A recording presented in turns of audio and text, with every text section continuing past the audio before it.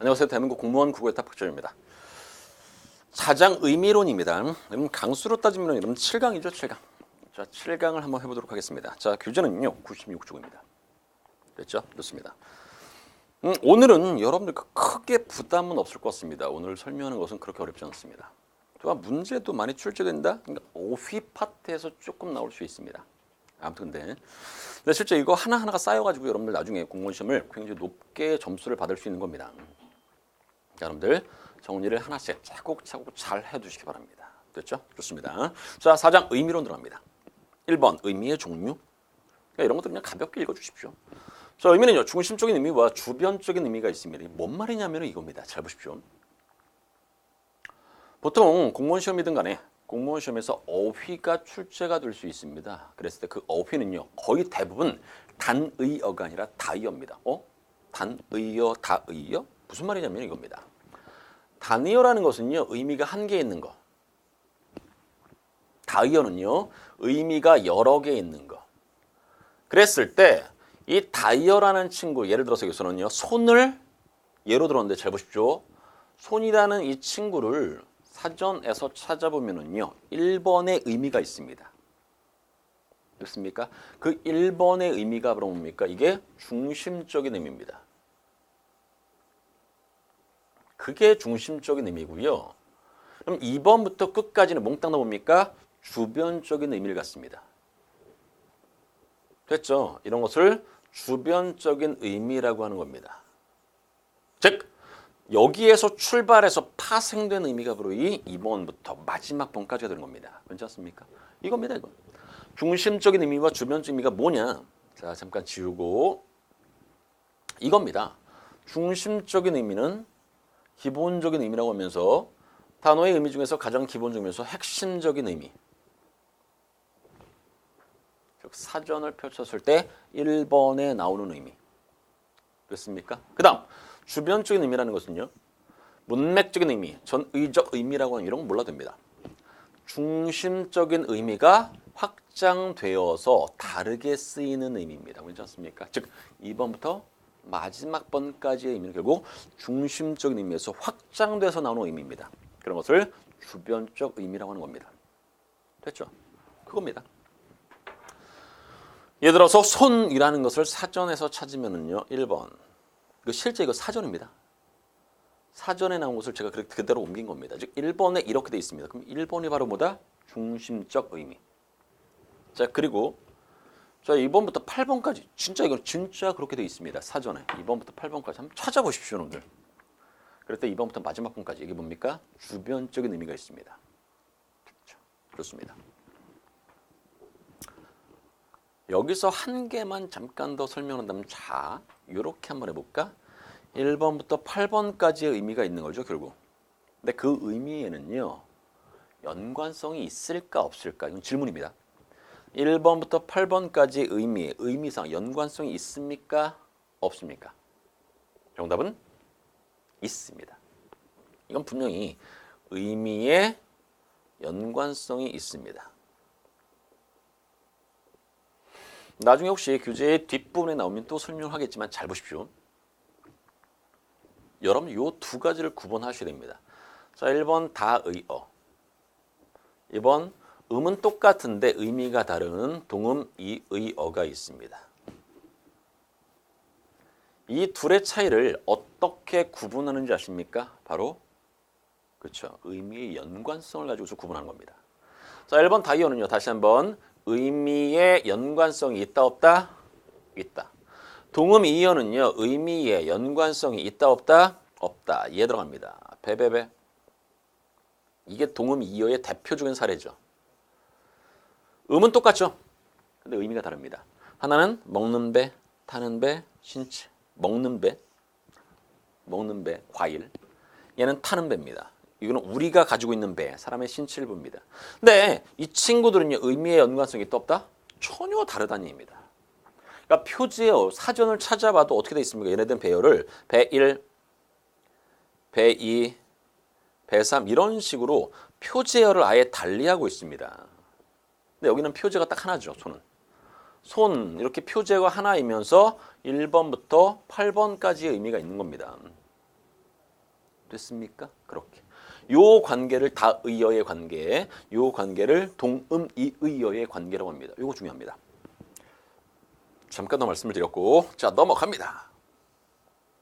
문제를 이렇게 나올 수 있습니다. 어휘 문제. 보고 있다, 전망하고 있다. 이거 왜 그런지 한번 보시기 바라고. 자, 두 번째는요, 외연적인 의미와 내포적인 의미가 있습니다. 이건 간단합니다. 말만 하시면 됩니다. 외연적 의미라는 것은요, 사전을 펼쳤을 때 나오는 의미입니다. 내포적인 의미라는 것은요, 문맥적인 의미를 나타냅니다. 보통 이 내포적 의미를 묻는 거는요, 거의 대부분 문학에서 많이 물어보죠. 됐습니까? 예를 들어서 밑에 있는 것처럼 눈은 살아있다. 이때 눈은 뭐냐? 순수함이거든요. 문맥적인 것을 내포적 의미라고 하는 겁니다. 괜찮습니까? 됐죠? 그냥 간단합니다. 다시 한번 외연적 의미는 뭐라고요? 사전을 펼쳤을 때 나오는 가장 기본적이면서 객관적인 의미. 내포적 의미라는 것은 문맥에 따라서 달라지는 의미. 됐습니까? 그렇게 기억하시고. 자, 세 번째입니다. 주제적 의미와 반사적 의미가 이것도 그냥 가볍게 알아두십시오. 주제적 의미라는 것은요, 화자나 필자가 드러내고자 의도한 의미입니다. 주제적 의미. 예를 들어서, 자, 일본 사람이라고 생각하면은요, 자, 예를 들어서, 일본 사람이라고 했을 때, 주제적 의미라고 한다면요, 실제로 요 일본인을 이야기하는 필자가 있을 거 아닙니까? 필자가 그 드러내고자 하는 의미가 있을 겁니다. 그게 주제적 의미입니다. 됐죠? 자, 그게 필자가 드러내고자 하는 의미, 이것을 주제적 의미라고 하는 거고요. 반사적 의미라는 것은 뭐냐면요, 이거하고 전혀 상관없이 일본인 하면은요, 우리 국민 각 개개인들이 몽땅 뭔가 생각이 꿈틀꿈틀 솟습니다. 대체로 부정적인 시각이 굉장히 많죠. 이렇게 부정적인 시각이 굉장히 많을 겁니다. 이런 것을 뭐라고 한다? 반사적인 의미라고 하는 겁니다. 그러니까 말만 하시면 됩니다. 문제가 이런 거 출제되지 않습니다. 걱정하지 마시고요. 됐습니까? 넘어갑니다. 의미의 표현입니다. 여기서부터 중요하다. 자, 의미의 표현인데 우선 1번 중의적 표현이죠. 자, 이 친구는 제가 의미론에서 별표 하나 치겠습니다. 요거 중의적 표현은요, 문제 잘 나옵니다. 반드시 기억하셨으면 좋겠습니다. 중의적 표현. 됐습니까? 자, 밑에 중의적 표현을 설명하는 것 잠깐만 보겠습니다. 언어 표현이 두 가지 이상의 의미로 해서 언어 표현이 두 가지 이상의 의미로 해석되는 거, 이걸 뭐라고 한다? 중의적 표현이라고 하는 겁니다. 쉽게 말하면 단어는 하나인데 의미가 두 개 이상이야. 중의법, 중의적 표현이 되는 겁니다. 됐습니까? 넘어갑니다. 문학에서는 표현 효과를 높이거나 웃음을 유발하기 위해서 사용되긴 하지만 일상생활에서는요, 표현의 명료성을 떨어뜨리기 때문에 당연히 올바른 표현은 아닙니다. 중의법은요, 비문입니다. 비문. 잘못된 문장입니다. 됐죠? 하지만 참고적으로 중의적 표현은요, 의미가 명료하지 않기 때문에 이거야 뭐. 사람 여러분 뭘 기억하냐? 이 친구들을 기억하셔야 됩니다. 중의법 세 가지. 어휘적 중의성, 두 번째 은유적 중의성, 세 번째는 구조적 중의성입니다. 중의법은 총 세 개입니다. 다시 한번 간단하게 제가 얘기까지 할 겁니다. 첫 번째는요, 어휘가 중의적인 의미가 있기 때문에 중의적 표현이 생긴 겁니다. 이것을 어휘적 중의성이라고 합니다. 두 번째는요, 은유적 중의성이라고 합니다. 그러니까 은유법을 썼는데 그 은유법 자체가 두 가지 이상의 의미가 있다는 얘기입니다. 그래서 중의성이 생긴 겁니다. 세 번째는요, 구조 자체가 중의성을 생기게 만듭니다. 이것을 구조적 중의성이라고 합니다. 됐습니까? 자, 각각 들어갑니다. 저 배를 봐라. 자, 보시면 알겠지만 저 배를 바랄 때 이때 저 배를 바랄 때 이때 배, 아까 제가 사례를 들었었는데 등음이의어의 사례로 배를 들었었죠. 저 배를 봐라. 도대체 무슨 배를 보라는 거야? 이거는요, 이 배 자체가 먹는 벤지,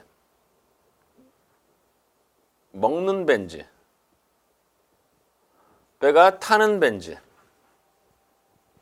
또는 세 번째 사람의 신체 일부인지 모르죠. 그러니까 당연히 단어 자체가 여러 개의 의미를 갖고 있을 수 있습니다. 그래서 중의성이 생긴 겁니다. 이런 것을 어휘적 중의성이라고 하는 겁니다. 돌아가셨다 마찬가지겠죠. 할아버지께서 돌아가셨다는 것은 할아버지께서 진짜 죽었다 이 의미도 있을 수 있지만 또 뭐 의미도 있을 수 있습니까? 집으로 갔는데 그냥 간 게 아니라 돌아서 가셨습니다. 이런 의미도 있을 수 있습니다. 그거. 그러니까 이 친구들은요. 단어가 중의성이기 때문에 중의성이 생기는 겁니다.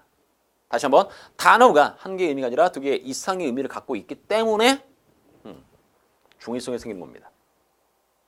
됐죠? 이런 것을 어휘적 중의성이라고 하는 겁니다. 괜찮죠? 넘어갑니다. 두 번째, 은유적 중의성이라는 것은 은유법.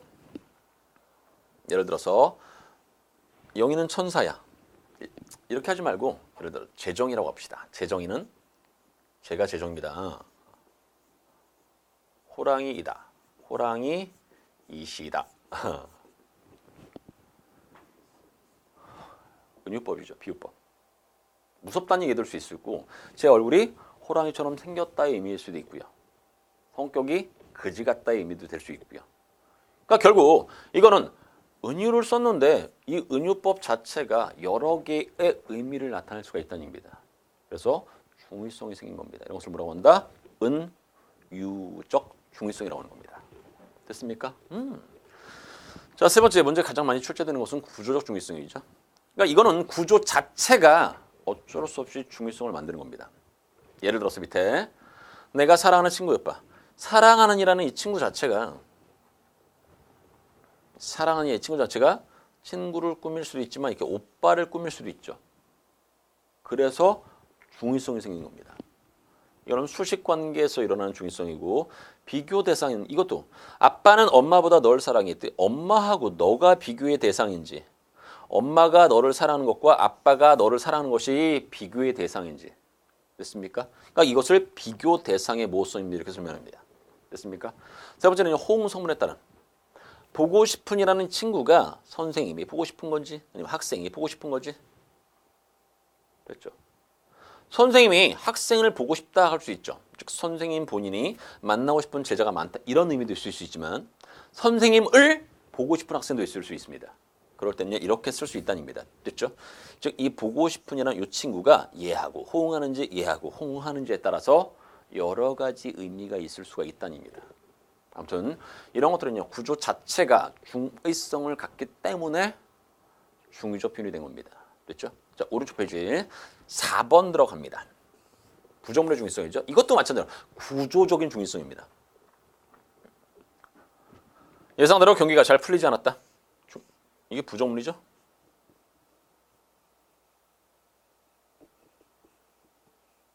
예상대로 경기가 잘 풀리지 않았다. 그러니까 예상을 했습니다. 뭐가? 잘 풀리지 않을 거라는 것을 예상했습니다. 그 예상에 맞다. 역시 예상에 맞게 잘 풀리지 않았으면 이거고 잘 풀린다고 생각했었는데 자기 예상에선 벗어났습니다. 그럴 수도 있습니다. 그러니까 1번과 2번의 의미가 있을 수 있다는 의미입니다. 자신이 예상했던 흐름대로 경기가 풀리지 않았다. 이럴 수도 있고 두 번째는요. 경기가 풀리지 않을 거라고 아예 예상한 겁니다. 이것이 들어맞았다. 이런 두 가지 의미가 있을 수 있습니다. 이런 것을 뭐라고 한다? 부정문의 모성 또는 부정문의 중의성이라고 하는 겁니다. 됐죠? 근데 이게 생각보다 문제가 잘 나옵니다. 그러니까 문제 나오는 형태는 어떻게 나오냐면요. 이런 식으로 나오죠. 중의적인 문장이 아닌 거. 대놓고 물어보죠. 중의법. 이 아닌 것. 실제로 여기서는 의미론에서 제가 다루지 않았습니까? 의미론에서. 근데 원래는 이런 부분들을 몽땅 다 어디로 갑니까? 마지막 부분에 올바르게 표현하기.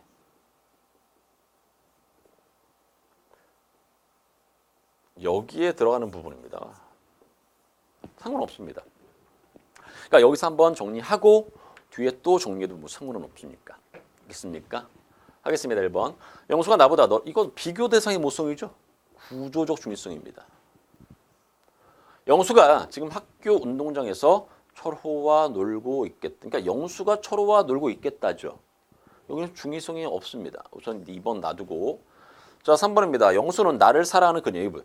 사랑하느니 그녀를 꾸밀 수도 있지만 친구를 꾸밀 수도 있죠. 수식의 모성. 이 구조적인 중의성입니다. 4번을 수험생들이 참 많이 물어봤는데 잘 보십시오. 싹 다 지우고 얘가 영수가 넥타이를 메고 있는 친구를 조용히 바라봅니다. 선생님 이거 중의성이 없는 것 같은데요. 그렇게 해서 질문이 참 많이 들어온 문제입니다. 잘 보십시오. 영수가 넥타이를 메고 있는 친구 요거 1번은요. 이렇게 이렇게 생각할 수 있습니다. 동작의 진행. 이 의미가 있을 수 있습니다. 선생님 뭔 말인지 모르겠는데 잘 보십시오. 지금 현재 영수가 친구를 보는데 어떤 친구? 넥타이를 지금 현재 메고 있는 친구를 보는 겁니다. 동작을 하고 있는 친구를 보는 겁니다. 됐습니까? 자, 두 번째는 뭐냐면요. 상태의 진행이라고 합니다.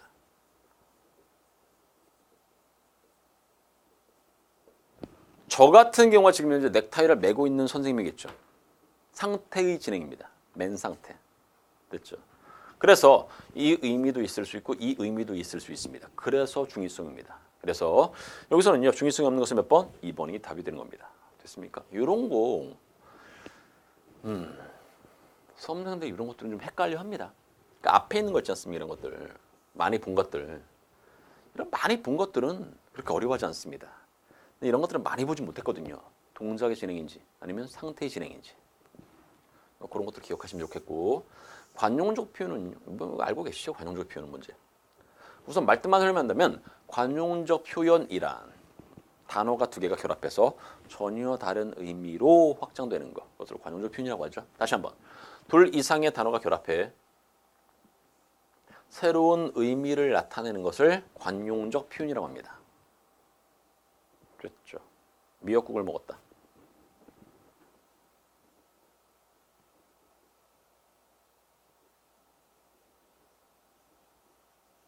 분명히 두 단어의 결합입니다. 근데 전혀 다른 새로운 의미가 삐약하게 나오죠. 뭐 시험에서 떨어지다의 의미가 될 수 있지 않습니까?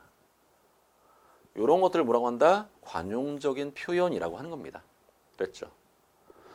대표적인 관용적 표현은요. 속담, 한자성어, 관용구. 이런 것들은 관용구가 되겠죠. 관용구. 됐고 넘어갑시다. 이런 것들은 나머지는 보십시오. 그렇게 어렵지는 않을 것 같습니다. 넘어갑니다. 잉여조 표현. 이 잉여조 표현도 가끔 문제 출제되는데 근데 그렇게 어렵지는 않습니다. 뭐냐면은요. 의미가 똑같은 게 두 개 있어. 중복됐다는 얘기입니다. 그러니까 당연히 둘 중에 하나는 생략해야지만이 적절한 것입니다. 그게 잉여조 표현이라고 합니다. 실제로. 잘 보십시오. 잉여조 표현이란 문장 안에서 사용된 의미상 불필요한 말을 가리킵니다. 그러니까 같은 의미가 두 개 있을 때 하나는 불필요하겠죠. 그게 잉여조 표현입니다. 일명 의미의 중복 또는 의미의 중첩이라고 하죠. 뭐 이런 것들이 뭐 다 할 거고. 대개 같은 뜻을 가진 고유어와 한자어가 어울려 사용될 때 중복이 일어납니다. 자 봅시다. 과반수가 넘는 이게 잉여조 표현입니다. 이 과자가 이게 넘을 과자거든요. 이게 요거와 요게 의미가 똑같다는 얘기입니다. 그러니까 두 개 썼으니까 잉여조 표현이라고 하는 겁니다. 됐죠? 예를 들어서 얘를 빼고 싶어. 그럼 과반수의 찬성으로 이렇게 하든가 얘를 빼고 싶어. 반수가 넘는이라고 하든가 상관없습니다. 미리 예습도 마찬가지겠죠. 그러니까 분명히 예습이라는 것은요. 밑에 보시면 알겠지만 앞으로 배울 것을 미리 공부하는 거죠. 그러니까 결국 미리의 의미가 있다는 의미다. 여기에. 그러니까 이것을 잉여적 표현이라고 하는 겁니다. 괜찮습니까? 뭐 이런 거 다 알고 계실 거고. 넘어갑니다. 문제는 이렇게 나옵니다. 의미의 중복과 관련된 문제는요. 과반수가 넘는. 아까 똑같죠? 미리 예습. 이거 똑같네. 됐죠? 어려운. 이 난자가 어려울 난자죠. 됐습니까? 그때 이거 떼죠. 당시에서 이것도 떼시자입니다. 몇 번을 해서 5번. 이런 식으로. 뭐 문제 자체가 어렵진 않으니까 자 바로 넘어가겠습니다. 의미 관계. 동의 관계라는 것은 뭐냐면은요. 음은 달라. 근데 의미가 똑같아. 이것을 동의 관계라고 합니다. 다시 한번. 소리가 다른 두 개. 그냥 밑줄만 긋고 넘어가겠습니다. 이거는. 자, 형광펜 넣으셨습니까? 자, 밑줄만 긋겠습니다. 이렇게 그냥 밑줄. 소리가 다른 두 개 이상의 단어가 의미는 똑같아. 책방, 서점 이런 것들은 동의 관계입니다. 호랑이, 범 이런 것들은 동의 관계입니다. 괜찮습니까? 의미가 똑같다고요. 그 의미가 똑같다는 것은 대체가 가능하다는 얘기입니다. 책방이라는 단어 대신에 서점이라는 단어를 써도 상관이 없다는 얘기입니다. 재정이가 책방에 갔다. 재정이가 서점에 갔다. 괜찮네. 너 속옷 입었어? 너 내일 입었어? 괜찮네. 이렇게. 됐습니까? 넘어갑니다. 이의 관계는 정확히 말하면요. 동음 이의의 관계입니다. 자, 이의 관계는 정확히 말씀드리면 동음 이의의 관계입니다. 아까 말씀드렸죠. 동음 이의어. 배배배. 그게 바로 이의 관계입니다. 됐습니까? 생긴 건 똑같아. 근데 의미는 달라. 이런 것을 동음 이의의 관계라고 하는 겁니다. 괜찮습니까? 뭐 어렵지 않으니까. 다시 한번 아까 제가 분명히 말씀드렸죠. 배배배. 여기는 눈이네. 눈. 이것도 싹 아짜죠. 이거 눈입니다. 식물의 눈. 그랬을 때 이 친구로 몽땅 다 의미가 달라. 근데 음은 똑같습니다. 근데 의미가 달라. 이런 것을 뭐 동음 이의어의 관계라고 하는 거고요. 다시 한번 말씀드립니다. 동음 이의의 관계는요. 의미의 연관성이 있다 없다? 답은 없답니다. 꼭 기억해 주시기 바랍니다. 의미의 연관성이 없습니다. 이게 중요합니다. 넘어갑니다. 상하관계는요. 하나는 상의어, 밑에는 하의어. 이게 상하관계입니다. 자, 예를 들어서 잘 보십시오. 꽃, 수많은 꽃들이 있죠. 공통적인 속성을 뽑아서 이렇게 개념화시켰습니다. 이것을 추상화라고 하는 거죠. 추상성, 언어의 특성 중에서 추상성을 설명했었던 것 같은데 아무튼 됐죠. 그랬을 때 이 꽃은요 뭐가 된다? 상위 개념이 됩니다. 즉 상의어고요. 밑에는 이 친구들은 몽땅 다 뭐 되는 겁니까? 꽃에 포함이 되는 하의어 또는 하위 관계라고 합니다. 됐습니까? 즉 꽃대 할미꽃의 관계는 상하 관계가 되는 겁니다. 이 상하 관계를 일명 다른 말로 뭐라고 하는지 아시죠? 함의 관계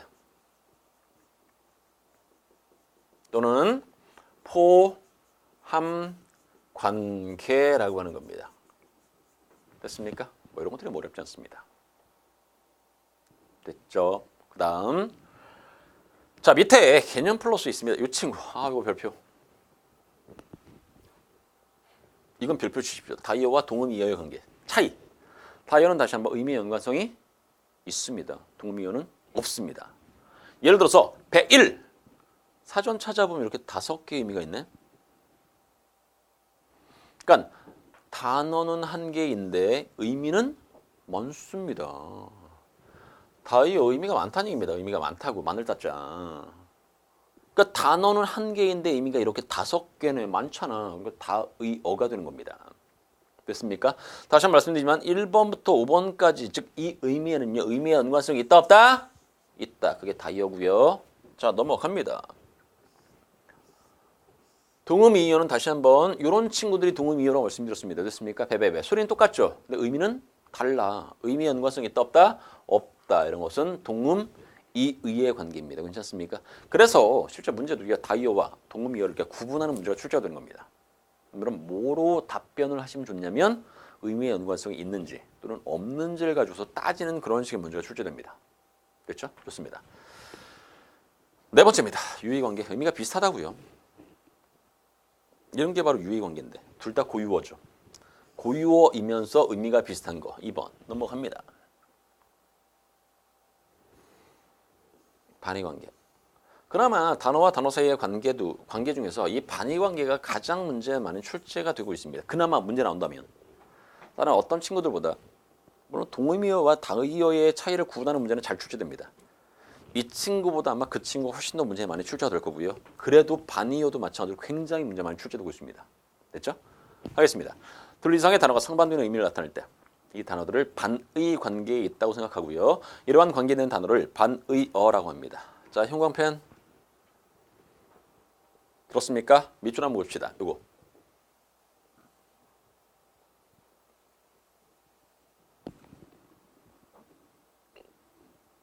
평가원에서 만든 문제 중에서 요거에 해당되는 문제가 몇 개 있었습니다.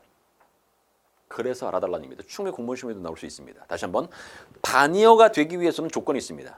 첫 번째, 공통되는 의미 요소가 있어야 되고요. 두 번째는 대립되는 기준이 꼭 한 개여야 합니다. 예를 합니다. 자, 예를 들어서 할아버지와 처녀 한번 보겠습니다.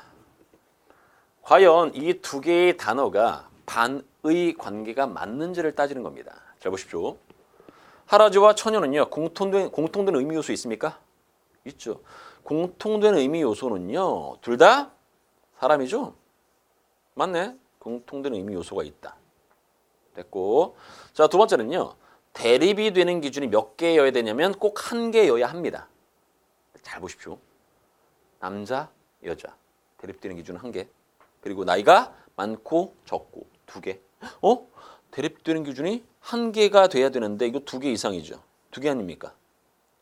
그래서 이 둘의 단어는요, 반의 관계가 될 수가 없다는 얘기입니다. 됐죠? 왜?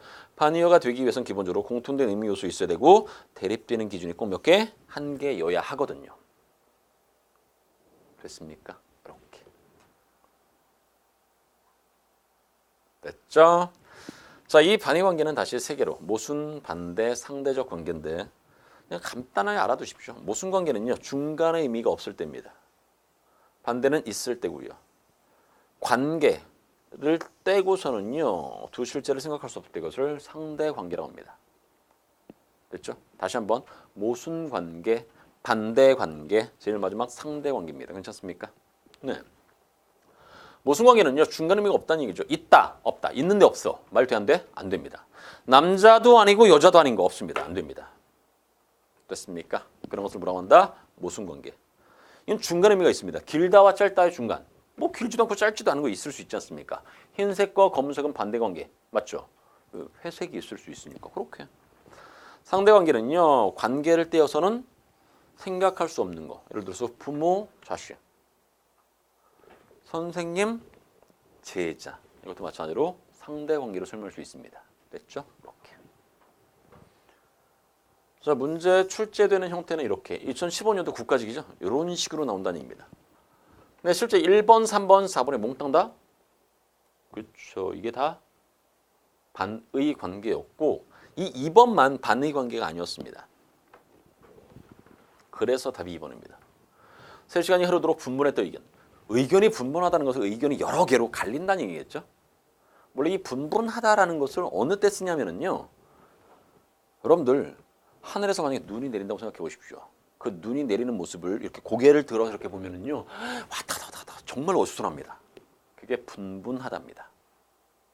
그러니까 의견이 여러 개. 내 의견이 하나니까 이건 여러 개인데 하나지 않습니까? 반의 관계 맞죠? 겸손과 오만 이것도 반대 관계 맞죠? 반의 관계. 결미와 모두. 결미는 끝입니다. 어떤 그랬어요? 제일 마지막. 모두라는 것은요, 실제가 한자어입니다. 한자어. 앞부분을 말합니다. 앞부분. 됐습니까? 예를 들어서 이렇게 이게 모자입니다. 모자. 두자는 뭐 머리둘자 쓰는 거 알고 계시겠죠. 이게 모두입니다. 모두. 즉 앞부분. 그래 앞 이런 뜻입니다. 됐죠? 그렇게 여러분들이 생각을 하시라는 겁니다. 아무튼 1번, 3번, 4번은 몽땅 다 반의 관계고 2번은 아니고 그래 답은 몇 번이고 2번이고 이런 식으로 나올 수 있다는 얘기입니다. 언제 문제냐고요? 2015년도 국가직 9급 문제입니다. 그러니까 이렇게 나오니까 그럼 의미로는 만만치 않습니다. 근데 풀만은 하죠. 그러니까 여러분들 제가 모두에 뭐라고 말씀드렸습니까? 강의의 제 첫 출발에 뭐라고 말씀드렸습니까? 의미론 부담 없이 보셔도 상관은 없습니다. 근데 문제는 출제될 수 있습니다. 당연히 됩니다. 됐고, 자 의미의 변화 들어갑니다. 이제 얼마 남았네. 의미의 변화. 자 의미의 변화는요. 뭐로 설명을 할까? 역사성을 가지고서 한번 설명해 보겠습니다. 예전에 첫 번째 1강 할 때 뭘 설명했습니까? 언어라는 것은요. 시간의 흐름에 따라서 바뀌죠. 됐습니까? 그것을 시간의 흐름에 따라서 바뀌는 것을 뭐라고 했습니까? 역사성이라고 했죠. 역사성. 언어의 특성 중에서 역사성. 역사성 다시 한번 시간의 흐름에 따라서 의미가 바뀐다는 의미도 괜찮습니까? 모양이 바뀌어도 상관없어. 그래도 역사성으로 설명할 수 있으니까. 아무튼 그게 역사성이고요. 이건 변한다는 거니까 변환에 그래서 가역성 이렇게 설명할 수도 있습니다. 근데 여기서는요. 뭐를 보는 거냐면 왜 바뀌는데? 뭔가 바뀐다고 하지 않았습니까? 바뀌니까 역사성이야. 그렇죠? 바뀌니까 역사성이야. 여기서는 결국 시간이 아주 오래 흘러가면 바뀔 수 있습니다. 그게 역사성이거든요. 시간의 흐름에 따라서 언어가 바뀌는 거, 역사성. 됐죠? 근데 여기서는 단순히 시간만 이야기되는 것이 아니라 정말로 하나씩 보는 겁니다. 왜 바뀌지? 이렇게. 왜 바뀌지? 언어적 원인, 역사적 원인 이런 것들. 세 번째는 사회적 원인, 심리적 원인이 있습니다. 다시 한번 그냥 가볍게. 의미가 바뀐다고요. 왜 바뀐다고요? 첫 번째는 언어적인 원인 때문에 바뀐다고요. 언어적 원인, 역사적 원인. 여기다 써볼까? 언어적 원인. 두 번째는 역사적 원인, 사회적 원인, 심리적 원인. 이렇게 네 가지 때문에 바뀐다라는 의미입니다. 뭐가? 의미가. 됐죠? 언어적 원인, 역사적 원인, 사회적 원인, 심리적 원인. 이 네 가지 때문에 바뀝니다. 그것을 조금 더 자세히 설명하는 겁니다. 됐죠? 다시 한번요. 의미가 바뀐다고요. 왜 바뀐다고요? 네 가지 때문에 바뀐다고요. 첫 번째, 언어적인 원인 때문에 바뀔 수 있고, 두 번째는 역사적 원인 때문에 바뀔 수 있고, 사회적 원인 때문에, 심리적 원인 때문에 바뀔 수 있습니다. 그러니까 수험생들이 이 두 가지를 자꾸 물어봅니다. 선생님, 역사적 원인과 사회적 원인이 굉장히 헷갈린 것 같습니다. 자, 설명 잘 들으십시오. 자, 첫 번째, 언어적 원인 들어갑니다. 전염과 생략인데, 전염이라는 것은요, 단어가 예를 들어서 A라는 단어가 항상 B하고 결합되면서 의미가 이렇게 전염이 되는 겁니다. 결국 언어적인 원인 때문에 의미가 바뀌는 거죠. 자, 봅시다. 하나의 단어가 다른 단어와 자주 인접하여 사용됨으로써 의미가 변한다고요. 됐습니까? 자, 밑에 봅시다. 별로 아름답지 않다. 이 별로는요, 지금은 부정문에 쓰죠. 별로라는 이 부사는요, 부사는 지금 현재는 항상 이렇게 부정문에 씁니다. 근데 원래는 부정문과 긍정문 같이 썼습니다. 그러니까 이 별로라는 이 친구는요, 원래 긍정, 부정 둘 다 사용했다는 얘기입니다. 그런데 쓰다 보니까 부정문에 많이 써. 그러니까 아예 긍정문에는 안 쓰고 이제 부정문에만 쓰이는 것으로 바뀌었다는 얘기입니다. 그게 전염입니다. 근데 결국 이거는 언어적 원인 맞죠? 됐습니까? 그게 언어적인 원인입니다. 생략, 단어의 일부가 줄었으나 생략된 부분의 의미가 남은 경우, 생략된 부분의 의미가 남은 부분의 이것도 전염으로 설명할 수 있을 것 같긴 합니다. 다시 한번. 단어의 일부가 줄었습니다. 근데 생략된 부분의 의미가 남은 부분에 감염됐다는 얘기입니다. 그게 두 번째 생략입니다. 잘 보십시오. 머리를 깎는다. 여기 이게 머리 아닙니까? 이걸 어떻게 깎고? 그러니까 쉽게 말하면 뭐가 생략됐습니까? 가락이 생략됐죠. 머리 플러스 가락, 가락이 생략됐습니다. 그러니까 결국 얘가 생략되면서 남은 이 부분에 이 머리가 머리카락의 의미까지 갖게 되었다는 얘기입니다. 그게 생략입니다. 이거는 언어적인 원인이죠. 됐습니까? 아침도 마찬가지겠죠. 아침을 드셨습니까? 이렇게. 근데 결국 아침 우리가 어떻게 먹습니까? 아침을. 아침밥 또는 아침 식사죠. 그러니까 결국 이렇게 밥을 생략했는데 생략한 이 부분에 이 밥의 의미까지 감염이 된 겁니다. 그것이 언어적 원인입니다. 괜찮습니까? 말뜻은 이해하겠죠. 단어 일부가 줄었다고. 근데 생략된 부분의 의미가 남아있는 이 부분에 감염됐다고. 언어적 원인입니다. 괜찮죠? 넘어갑니다. 그 다음 역사적인 원인입니다. 지시물이 변했다. 또는 지시물에 대한 지식이 변했다. 그러니까 지시물이 바뀌었다는 게 무슨 말이냐면 이 말입니다. 예를 들어서 과거의 배와 지금 현재의 배는 다릅니다. 그렇죠? 우리는 몽땅 이것을 배라고 하죠. 됐죠? 이거는 뭐 지시물이 바뀐 겁니다. 참 보겠습니다. 지시물이 변함으로써 그 의미까지 변화가 생기는 경우입니다. 다시 한번 지시물이 바뀌었어. 근데 그 지시물을 가리키는 그 단어는 안 바뀌었어. 다시 한번 지시물을 가리키는 단어는 똑같은데 지시물이 바뀌는 거야. 그럼 지시물이 바뀌는 것만큼 결국 단어도 결과도 따졌을 때 단어 의미도 바뀐 거죠. 됐습니까? 이거는 역사적인 원인이 되는 겁니다. 뭐 때문에? 지시물이 바뀌어서 의미가 바뀌었으니까 당연히 역사적 원인이죠. 됐습니까? 밑에 예로 자동차를 예를 들었었는데 배도 마찬가지입니다. 배도. 아무튼 잘 보십시오. 자동차입니다. 근데 과거는 증기마차, 이것을 자동차라고 불렀다는 얘기겠죠. 그러니까 과거에는요, 자동차면은요, 이 의미를 갖고 있겠죠. 근데 얘가 발전한 겁니다. 그러니까 지금은요, 자동차면은요, 뭐까지? 전기 자동차도 자동차라고 하는 겁니다. 전기 빼고 그냥 자동차도 상관없습니다. 왜? 그 의미고 그 의미로 바뀌는 거니까. 그러니까 과거에는 증기마차의 의미였는데 실제 지금은 전기 자동차도 자동차라고 부르는 거 아닙니까? 뭐 때문에? 지시물이 이렇게 바뀌었어. 근데 그 지시물을 부르는 이 명칭은 바뀌지 않았어. 그러니까 결과적으로 봤을 때 명칭은 똑같은데 지시물이 바뀌어서 의미가 바뀐 겁니다.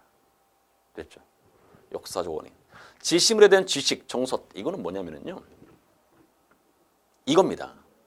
쉽게 말하면 같은 사람이야. 근데 호칭을 달리해가지고요. 의미를 변화시킨 겁니다. 잘 보십시오. 이게 지시물에 대한 지식이나 정서, 태도의 변화입니다. 자, 탈북자. 그럼 북한을 탈출한 사람이야. 근데 세터민. 그러니까 같은 사람이죠. 분명히. 똑같은 대상일 겁니다. 근데 이렇게 뭐를 바꿨더니 그렇죠. 명칭을 바꿨더니 결국 뭐가 바뀐 겁니까? 지시물에 대한 지식, 정서, 태도가 바뀐 겁니다. 이렇게 설명하는 게 훨씬 낫겠다. 잘 보십시오. 과거에는 탈북자는 약간 북한을 탈출한 사람 부정적인 뉘앙스를 띱니다. 근데 지금은 그 사람들을 바라보는 태도가 바뀐 겁니다. 태도가 바뀌었으니까 명칭도 바꿔버린 겁니다. 이거. 그래서 지시물에 대한 지식이나 태도 등이 바뀌어 의미 변화가 생기는 경우입니다. 괜찮습니까? 다시.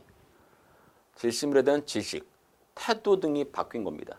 예전에는요, 이거 가지고서 부정적으로 좀 그렇긴 하지만 극단적인 예를 들기 위해서 이건 부정이다, 긍정이다. 그러니까 똑같은 대상을 바라보는 태도가 바뀐 겁니다. 그래서 이렇게 바뀐 겁니다. 이런 것도 마찬가지로 역사적인 원인 때문에 의미가 바뀐 사례가 된 겁니다. 됐습니까? 그다음에 세 번째, 사회적 원인입니다. 사회 계층에 의해서 의미가 바뀐다. 사회 구조에 의해서 의미가 잘 봐. 계층에 의해서 또는 구조에 의해서 의미가 바뀌는 겁니다. 됐습니까? 사회 계층에 의해서 의미가 바뀐다. 이게 무슨 말이냐면 잘 보십시오. 이 의미의 일반화 또는 특수화로 인해서 의미가 바뀌었다는 얘기인데 무슨 말이냐면 과거에는요. 특수한 집단만이 사용됐었습니다. 근데 지금은 일반적인 사회 전체에서도 사용할 수 있습니다. 이건 뭡니까? 계층이 바뀐 거죠. 그게 계층에 의해서 의미가 변하는 사례가 되는 겁니다. 예를 들어서 밑에 공양 봅시다. 특수 집단인 절에서 부처에게 음식을 바치는 행위를 일컫는 말이었습니다. 그러니까 절에서만 사용되는 용어였었죠. 근데 지금은 일반 사회에서 어른께 음식을 대접하는 행위의 의미로 쓰입니다. 그러니까 결국 뭐가? 특수한 집단에서 사용되던 공양이라는 단어가 일반적인 사회 전체에서 사용이 된다는 얘기입니다. 그러니까 의미가 어떻게 바뀌었다고요? 사용하는 계층 때문에 의미가 바뀌었습니다. 그게 사회적 원인입니다. 됐습니까? 그게 사회 계층 때문에 의미가 변한 사례. 됐고 밑에 일반적으로 사용되는 단어가 특수집. 이거는 요거의 반대입니다. 얘는 특수에서 일반으로 온 거고요. 얘는 일반에서 특수로 간 겁니다. 예를 들어서 팔찌. 팔목에 끼는 고리 모양의 장식품. 이건 일반적으로 이렇게 쓴다는 얘기입니다. 그런데 어디에서는요? 경찰에서는 팔찌는 수갑임입니다. 분명히 똑같은 팔찌인데 의미가 바뀐 거죠. 즉 일반적인 사람들이 사용하던 건데 이제는 경찰 집단에서만 사용하는 용어로 이렇게 바뀔 수가 있다는 얘기입니다. 자, 분명히 이거든 의미는 변했습니다. 결국 뭐 때문에? 사용하는 계층이 바뀌어서. 됐습니까? 사회 계층 때문에 의미가 바뀌었습니다. 결국 이것은 사회적 원인입니다. 됐습니까? 넘어갑니다. 사회 구조 때문에 의미가 바뀌었다. 사회가 바뀐 거죠. 자, 양반입니다. 그러니까 과거에는요, 양반이라는 계급이 있었죠. 문반, 무반을 일컫는 말이었으나 지금은 사회 구조가 바뀌었습니다. 양반이 없습니다. 현재는 집안이 좋은 사람 또는 점잖은 사람 이런 의미로 쓰인다입니다. 뭐 때문에 구조가 바뀌어서 의미가 바뀐 사례가 된 겁니다. 그래서 다시 한번 말씀드리면 사회 계층 또는 사회 구조에 의해서 의미가 바뀐 뭐가 되는 겁니까? 바로 사회적 원인이 되는 겁니다. 됐죠?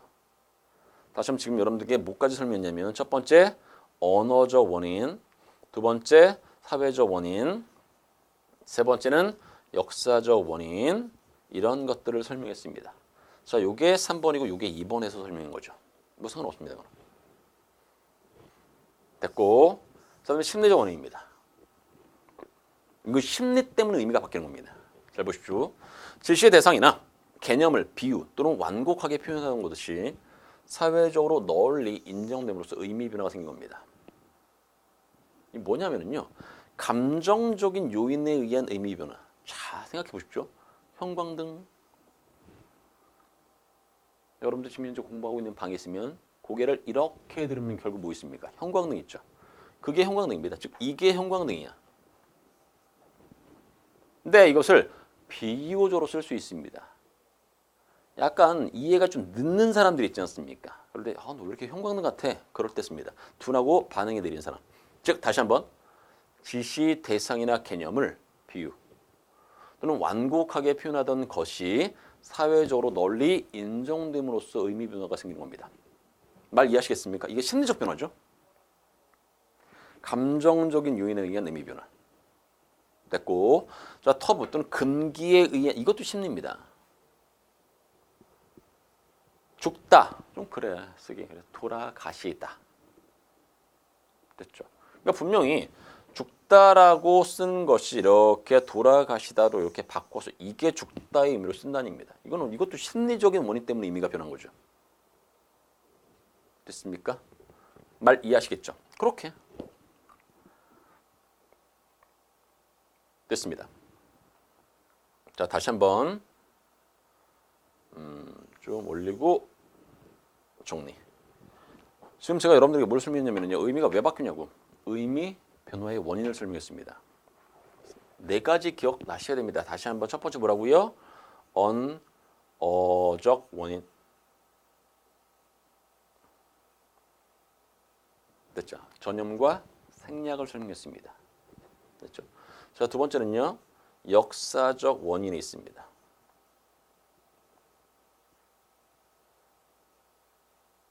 됐습니까? 이름은 똑같아. 근데 지시물이 바뀌었어. 그래서 의미의 변화가 생긴 거라. 됐습니까? 자, 그 다음에 지시물에 대한 정서라든가 타도가 바뀌어서 의미 변화가 생긴 거. 역사적 원인이고요. 자, 세 번째는요, 사회적인 원인.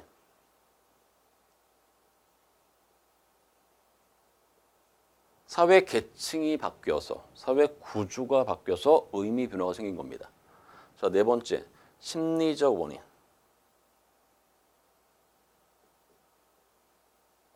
형광등 생각하시면 될 것 같고 죽다 생각하시면 될 것 같습니다. 이것들을 심리적 원인이라고 하는 겁니다. 괜찮습니까? 이런 것들 그냥 쓱 보시기 바랍니다. 됐죠? 자, 아무튼 이렇게 의미의 변화가 생깁니다. 결국 의미 변화가 왜 생기냐고 이러한 이유 때문에 의미 변화가 생긴다라는 얘기입니다. 됐죠? 좋습니다.